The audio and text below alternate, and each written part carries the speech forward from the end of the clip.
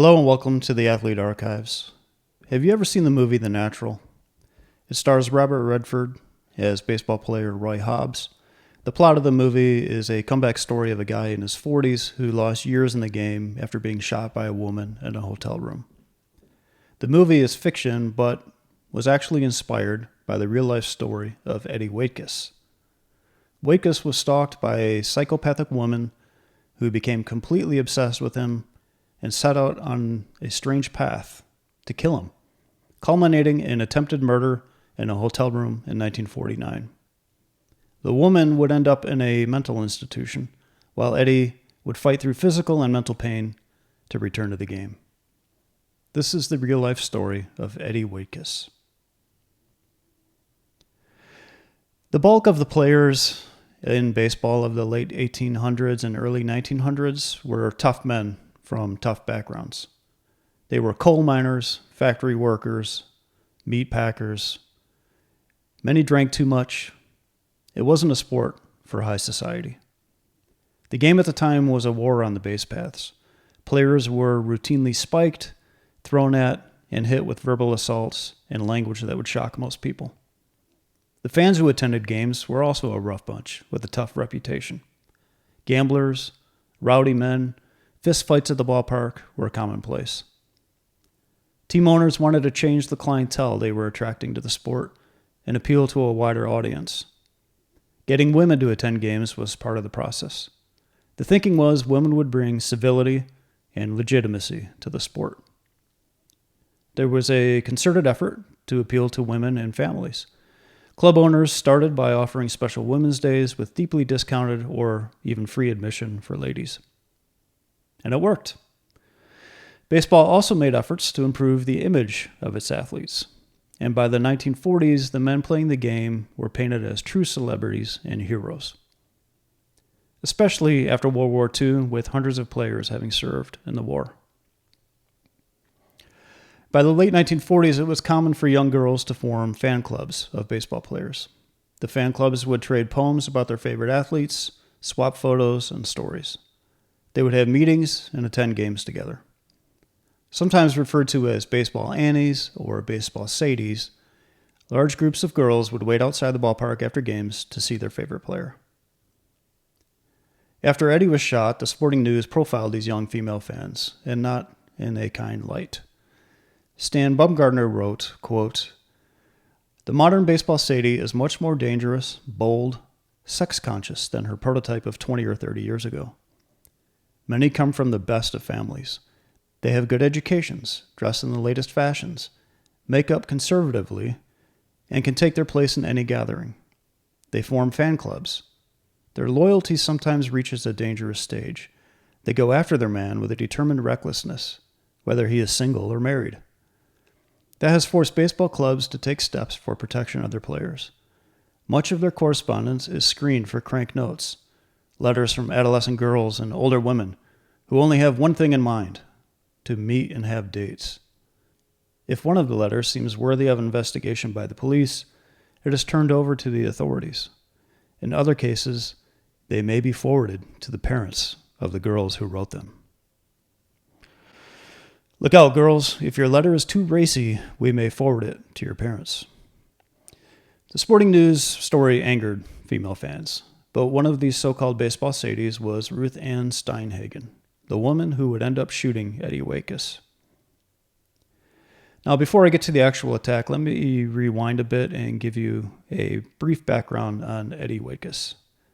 Eddie was born September 4, 1919 in Cambridge, Massachusetts, to Lithuanian immigrants who met each other on the boat to the U.S. Eddie grew up playing baseball in the streets and parks around Cambridge. For years, he played barehanded because finances were tight, but Eddie's father eventually surprised him with a brand new glove. Unfortunately, it was a first baseman's glove, and Eddie didn't play first base. It also was for a lefty, and Eddie was right-handed.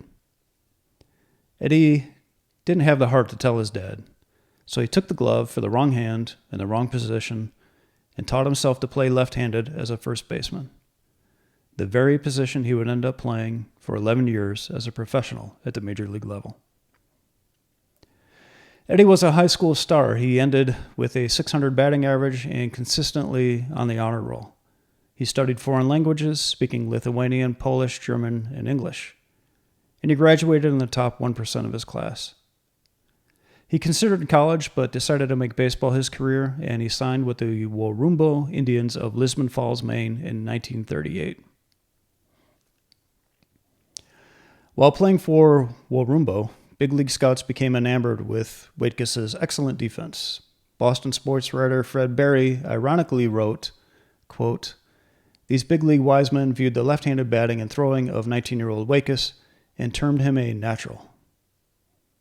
This, of course, foreshadowed the name of the movie that would come 50 years later based on Eddie's life. After the 1938 season, the Chicago Cubs beat out the New York Yankees in a bidding war to sign Eddie. The Cubs gave him a $2,500 signing bonus, which is about $54,000 today, and a contract to play for the Moline Plowboys of the 3I League for $300 a month. Eddie quickly progressed up to the Texas League and the Tulsa Oilers, where he would room with Dizzy Dean, who was down from the majors on a rehab assignment. It was in part the good word and scouting report from Dizzy Dean that helped Eddie get his chance in the major leagues. He would make the big league Cubs in 1941. His time at the majors didn't last too long. He only played in 12 games. He struggled to hit at that level. He would spend the rest of 1941 and 42 in the minors. Then in 1943, just as he appeared ready to make the big league club again, the Army called. Instead of spring training, Eddie went to basic training. Eddie was assigned to the 544th Engineering Boat and Shore Regiment, and on May 2, 1944, as a member of the weapons section of Company D, he left San Francisco aboard a brand new SS-400 submarine, the USS Sea Devil. 22 days later, he left New Guinea and for the next 17 months participated in multiple amphibious assaults in the Pacific as part of Operation Cartwheel against Japan. Eddie saw a lot of action. He fought alongside assault units on the Japanese-occupied island of Morotai. Then in the Solomon Islands, he joined the 37th Infantry. He was then part of an amphibious assault on the island of Luzon. As the 1945 baseball season was coming to a close, Eddie and the 544th were fighting in Wakayama, Japan. I think it's important to note that when his tour was over, Eddie had earned 10 merit awards, including 4 Bronze Stars. He won the Bronze Arrowhead, the American Theater Ribbon, the World War II Victory Medal, the Luzon Campaign Bronze Star, the Asiatic Pacific Campaign Medal, the New Guinea Campaign Bronze Star, the Northern Solomons Campaign Bronze Star, and the Philippine Liberation Ribbon. Once the war was over, Eddie went back to baseball and immediately took over at first base. His first year post-war, in 1946, he hit .304 with a .748 OPS in 113 games. Eddie, now known as a war hero and a legitimate baseball star, was young, handsome, and single. Just the kind of player to attract young girls in Chicago who were fascinated by celebrity ball players. He managed, unfortunately, to catch the eye of one of these young girls at Wrigley Field in April of 1947. Ruth Ann Steinhagen would later tell her psychiatrist, quote, "I had my first good look at him on April 27, 1947. I used to go to all the ball games to watch him. We used to wait for them to come out of the clubhouse after the game, and all the time I was watching, I was building in my mind the idea of killing him."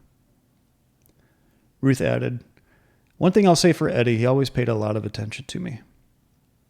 Her doctor asked, "When did he pay attention to you?" She said, "All the time. When we would walk down the street together, he would talk to me. Not out loud, but in a mental sense, not physical. I didn't tell my mother because she would laugh at me. And if I told my father, he would have sent me to a psychiatrist right away. But I did tell my girlfriends." The Steinhagen family lived in Chicago's North Side. As the obsession for Waitkus grew, Ruth followed his every move. Eddie was from Boston, so Ruth ate baked beans every day. Eddie wore number 36, so Ruth went and bought all the records she could that were recorded in 1936. Eddie was Lithuanian, so Ruth bought books and taught herself Lithuanian. Ruth kept a photo of Eddie under her pillow. Her mother said that Ruth would spread out all her photos of Eddie on the bedroom floor and stare at them for hours. One day, Ruth told her mother she was going to get a gun and shoot Eddie Waitkus and then shoot herself. Her parents convinced her to see a psychiatrist. She went twice and then stopped going. When the Cubs traded Eddie to Philadelphia in December of 1948, Ruth cried for 2 days and then decided she was moving to Philly. In early May, Ruth told her friend Helen that she wanted to buy a gun. Once she realized that she needed a permit, she started hitting local pawn shops. She eventually bought a .22 rifle and 2 boxes of ammunition for $21. Helen was there as Ruth wrapped the gun in paper and then called a cab to take them to the Edgewater Beach Hotel where Eddie was staying, and Ruth had already reserved a room. On June 14, Ruth left Wrigley Field early and set off for the hotel. Her friend Helen stayed at the game. Once inside her room, Ruth called room service. She ordered 2 whiskey sours and a daiquiri and then went to sleep. It was near midnight when her hotel phone rang. It was Eddie Waitkus. You see, after the game, when the Cubs arrived at the hotel, a bellhop had told Eddie that there was a message waiting for him. The note at the hotel desk said, quote, "Mr. Waitkus, it's extremely important that I see you as soon as possible. We're not acquainted, but I have something of importance to speak to you about. I think it would be to your advantage to let me explain it to you. As I'm leaving the hotel the day after tomorrow, I'd appreciate it greatly if you could see me as soon as possible. My name is Ruth Ann Burns, and I'm in room 1297A. I realize that this is a little out of the ordinary, but as I said, it's rather important. Please come soon. I won't take up much of your time." Ruth Ann Burns was obviously a lie, but it actually showed a bit of research on Ruth Ann Steinhagen's part. Ruth Ann Burns was a woman who went to school with Eddie. Eddie read the note and he paced for several minutes. He later said that he felt something just wasn't right. He couldn't put his finger on it. But he eventually called up to the room and he woke up Ruth. Whatever she said, it was convincing enough for Eddie. He went up to the room, knocked twice on the door. When he entered the room, he sat in a chair. Ruth closed the door and walked over to the closet and said, "I have a surprise for you." She pulled out the rifle and shot, hitting Eddie right in the chest. Eddie took the bullet in the right side of the chest, just below the nipple. The bullet pierced the lung and lodged in a muscle near his spine. The path the bullet took was fortunate, and the fact that it was only a .22 saved his life. It missed the arteries, but it ripped a hole in his lung, collapsing it. After shooting Eddie, Ruth had planned to kill herself, but she lost her nerve. Fortunately for Eddie, she instead called the hotel operator, who called the doctor. Eddie was moaning, and Ruth stepped out into the hallway to wait. She later said, "The doctor and the house detective came, and it was so silly. Nobody came out of their rooms. You would think they would all come out running. I got mad. I kept telling them, 'I shot Eddie Waitkus.' But they didn't know who Eddie Waitkus was. I thought they were just plain dumb if they didn't know who Eddie Waitkus was.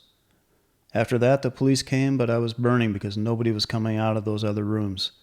Nobody seemed to want me much. I could have walked right out of that place and nobody would have come after me."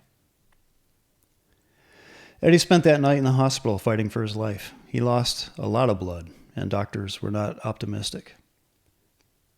Eventually, Eddie stabilized, and in an incredible, remarkable act of ignorance by the police, Captain John Warren brought Eddie's shooter to the hospital and marched her right into his room unannounced, saying he needed a positive ID.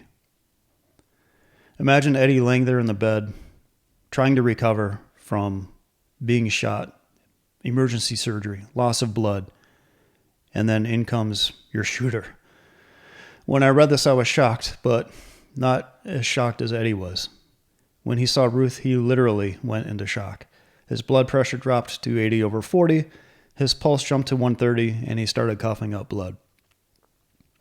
Again, Eddie was fortunate and would stabilize by the morning. His right lung had collapsed and was filling up with blood. He would undergo 2 operations to remove fluid from his lung and another operation to inflate it and remove the bullet. He was in the hospital for a month. Ruth Ann Steinhagen would be indicted by a grand jury of assault with intent to murder. Her attorneys asked for a sanity hearing, The court heard testimony from Dr. Harris, and his diagnosis of schizophrenia surprised no one. Ruth Ann sat there calmly while Judge James McDermott committed her to Kankakee State Hospital. This was not a good place. Kankakee State Hospital sat on 250 acres and housed 5,000 mentally ill patients. According to what I read, mental hospitals in 1950 were really not much different from mental hospitals in the 1890s. Schizophrenics were just mixed in with Alzheimer's and dementia patients, stroke victims, alcoholics going through DTs. Ruth Ann was at Kankakee for almost 3 years, released in 1952. Afterwards, she lived quietly with her parents and then her sister, and I could find really no more information beyond that. She was effectively able to live invisibly, it seems. She died 60 years after her release in December of 2012. Her death was not publicly reported until nearly 3 months after it occurred. The Chicago Tribune learned of it while searching death records in a connection with another story. Ruth Ann Steinhagen was 83 years old. Let's go back to Eddie. After the shooting, Eddie was able to rehabilitate in Florida. He had lost a lot of weight after being shot, and he was able to get himself back into some sort of playing shape. He added some much-needed muscle heading into the spring training of 1950. He would play another 6 years before being outright released at the age of 36. His physical recovery was one matter, his mental recovery another. Remember, this is 1950, and people just didn't recognize the effects of PTSD. Eddie was a war hero who fought pretty much all over the Pacific, but it seems that being shot in that Edgewater Beach hotel was what really rocked him. He suffered severe depression, anxiety, and insomnia for years, which led to marital problems and eventually divorce. He started smoking again, and he began drinking more than ever. His drinking became a significant problem and affected his playing. He then turned to amphetamines as a stimulant to offset the effects from the previous night's alcohol. When Philadelphia released him in 1955, his body was not holding up. He was drinking way too much. And unfortunately, Eddie never really saved much money. He was in no financial position to retire. He had to find work. His career experience up to that point as a soldier or a baseball player didn't really give him a lot of options. He ended up taking a job with a trucking firm and was transferred to Buffalo. Eddie didn't like his new career much, and he started to hit the bottle hard. His depression worsened, and his marriage fell apart. In 1961, he was admitted to the hospital for a nervous breakdown.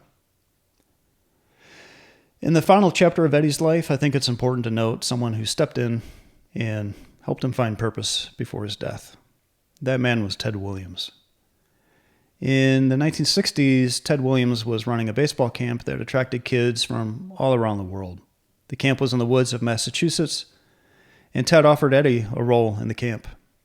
Eddie had been living alone for years, disconnected from baseball, and by all accounts, still struggling heavily with alcoholism and PTSD. The Ted Williams camp gave him a purpose. The kids loved Eddie, and Eddie really excelled at his new job. According to psychologists, patients with PTSD often end up developing meaningful relationships with children, and this seems to have been the case for Eddie. He was the camp hitting instructor, and he became really close with kids for years. He seemed to have found his calling. In 1971, Eddie fell from the second story while installing some storm windows and broke his hip. He had a hard time at camp that year, and his health started to decline rapidly. He was only 53, but he developed a cough that just wouldn't go away. He limped, he had no energy, and he had breathing problems. He had quit drinking by now, but he still smoked constantly. Finally, on September 16, 1972, at the age of 53, Eddie died from esophageal and lung cancer. It was a shock to everyone. Nobody even knew he had cancer. Back to the book and the movie The Natural. Roy Hobbs obviously didn't suffer the same fate as Eddie. The movie probably wouldn't be as good if Roy battled PTSD and died from cancer at the end. But this is real life, and I think Eddie was a bit of a victim of the era when psychological trauma just was never addressed. Clearly, he struggled with it his whole life. And that's the story of Eddie Waitkus, as sad as it may be. I hope you enjoyed it and maybe learned something along the way. Thank you for your time. Take care.